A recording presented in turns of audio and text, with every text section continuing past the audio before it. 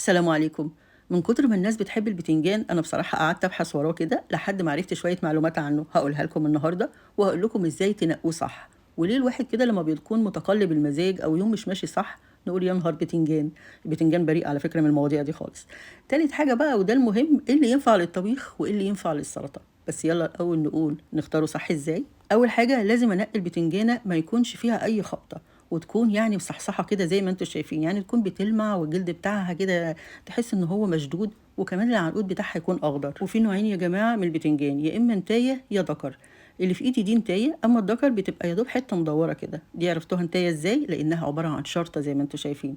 لما تيجوا تنقوا ايه، تنقوا النتايه بتبقى خفيفه قوي، فالكيلو بتاعها بيرمي يعني. اما الدكر فبيبقى تقيل شويه لان كميه البذور الجوانيه فيه بتبقى كتيره وتقيله. بس لو ما لقيناش نتايه هنجيب الدكر وخلاص، يعني هنعمل ايه زي بعض. إيه اللي ينفع بقى نعمل صينية المسقعة الجميلة دي أو نطبخه بأي شكل، وإيه اللي ينفع للسلطة. الاتنين يا جماعة سواء الدكر أو النتاية ينفعوا، مفيش أي مشكلة. هي بس الطريقة بتاعته، يعني لما يكون لسه فريش كده والجلد مشدود وقمر كده زي ما انتوا شايفينها، ينفع نعملها مشوية أو نعملها بأي طريقة غير إن احنا نقليها. لكن لما نيجي نحاول بقى نقليها اللي هو نحمرها في الزيت يعني، نستنى عليها يوم كده ولا يوم ونص تكرمش، الجلد بتاعها يكرمش، بس مش يكرمش قوي لدرجة ان هو يدبل، يعني يكرمش شوية علشان لما نيجي نقليها او نحمرها في الزيت ما تشربش زيت كتير. لكن غير كده لو فريش هتشرب زيت وتبقى تقيلة جدا. ولما دورت بقى على الفوائد بتاعة البتنجان لقيتها كتيرة جدا ما شاء الله.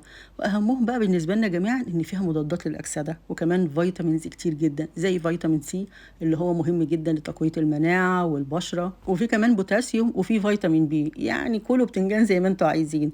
وكمان في حاجة كده شفتها بس بصراحة مش متأكدة منها، صحيح هو مضاد للاكتئاب؟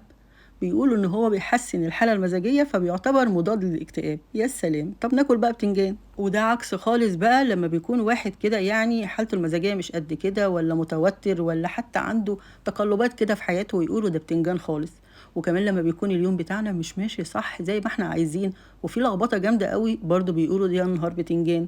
طب ما هو ده عكس ده خالص، يعني بتنجان بريء من الكلام ده. بس انا عرفت السر بقى يا جماعه، بالصدفه كده وانا ببحث لقيت ان البتنجان دوت بيتحصد في وقت اللي هو بين الصيف والشتاء او بين الشتاء والصيف، اللي هو الشهور المتقلبه دي اللي بيبقى فيها ما تبقوش عارفين الدنيا حر ولا برد. الوقت ده بقى بيبقى فيه البتنجان بكثره، فعلشان كده ربطوا التقلبات بالبتنجان. بيقولوا ان البتنجان اللي بيظهر في الوقت ده هو السبب ورا الحاله المزاجيه اللي بتجيلنا وما بنبقاش عارفين مصدرها ايه.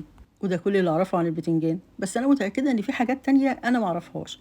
يا ريت بقى لو حد فيكم يعرفها يكتب لنا في التعليقات وكلنا نستفيد ان شاء الله. وما تنسوش تشيروا الفيديو ده لكل حبايبكم عشان الكل يستفيد. وكمان ما تنسوش اللايك، واللي اهم من كل ده بقى طبعا زي كل فيديو ما تنسوش تصلوا على النبي عليه الصلاه والسلام في التعليقات، وكلنا نفكر بعض عشان ناخد اكبر حسنات ممكنه.